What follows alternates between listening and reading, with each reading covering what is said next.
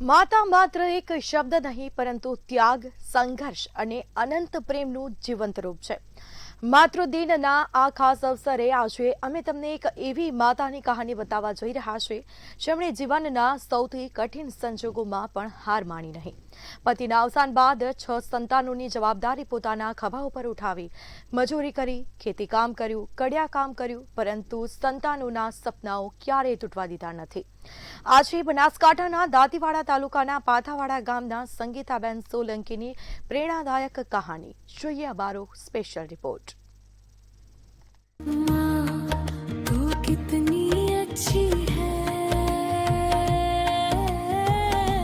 આ કહાની છે દાંતીવાડા તાલુકાના પાથાવાડા ગામની સંગીતાબેન લવજીભાઈ સોલંકીની, જેમના માટે જીવનનો દરેક દિવસ એક યુદ્ધ સમાન રહ્યો.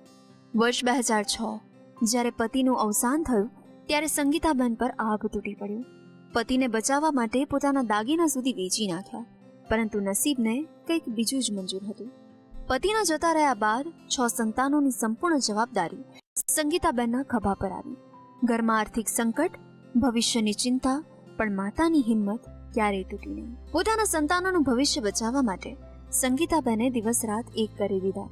ખેતી કામ હોય, કડિયા કામ હોય કે મજૂરી, જે કામ મળ્યું તે કર્યું, પરંતુ સંતાનોના અભ્યાસમાં ક્યારેય અડચણ આવવા દીધી નહીં. પતિના અવસાન બાદ તેઓ પોતાના પિયર ધાનેરા તાલુકાના રવિ ગામે રહેવા ગયા. મામા અને નાનીના સહારે લગભગ 18 વર્ષ સુધી સંતાનોનો ઉછેર કર્યો. ગરીબી હતી, મુશ્કેલીઓ હતી, પરંતુ માતાની મહેનત અને સામે દરેક સંઘર્ષ નાનો પડી ગયો. દવા કરાવી ઘણી મજૂરી કરીને દવા કરાવી પણ બચા નહીં. પછી એટલે આયા પૂરી સમજ્યા થયા તો એમાં પિયરમાં ગઈ છોકરા લઈ ગઈ.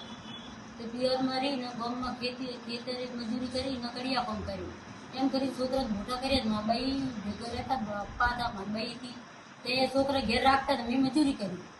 તાણા ભેળો ખાતું થોડે થોડે મોટા થયા. જેમ રીતે ભણ્યા ગયા એટલે 12 ધોરણ તો પિયરમાં, એટલે 12 ધોરણ પિયરમાં ભણ્યા. પછી આગળ વિદ્યાર્થી બીએડ કરે, કોઈ નર્સિંગ રાખો છે ને એવા કર્યા. છોકરાઓને જાતે મહેનત કરી. દૂધ પડ્યું ને અત્યારે છોકરાને બાદ તો બુદ્ધિ આવી પપ્પા ભણવા નહીં, તો મને એવી રીતે દૂધ પડ્યું હોય કે આ રીતે ભણવા ડૂટ્યા. ત્યારે થોડે થોડે આગળ વધ્યા. તે નાના મોટી નોકરી કરી. એના પાસે મારા પિયરમાં મોટે છે ને છોકરા, ત્યારે પિયરમાંથી થયા હારીમાં. તમારે જાતે મહેનત કરી, છોકરી મજૂરી કરી, મેં કરીને આ રહેવા માટે ઘર બનાવ્યું. આજે સંગીતાબેનની મહેનત રંગ લાવી છે. તેમના સંતાનો વિવિધ ક્ષેત્રોમાં સફળતા મેળવી રહ્યા. કોઈ આરોગ્ય વિભાગમાં સેવા આપી રહ્યું છે, તો કોઈ શિક્ષણ ક્ષેત્રે કાર્યરત છે, તો કોઈ એડવોકેટ અને સરકારી નોકરીમાં પોતાની ઓળખ બનાવી રહ્યું છે.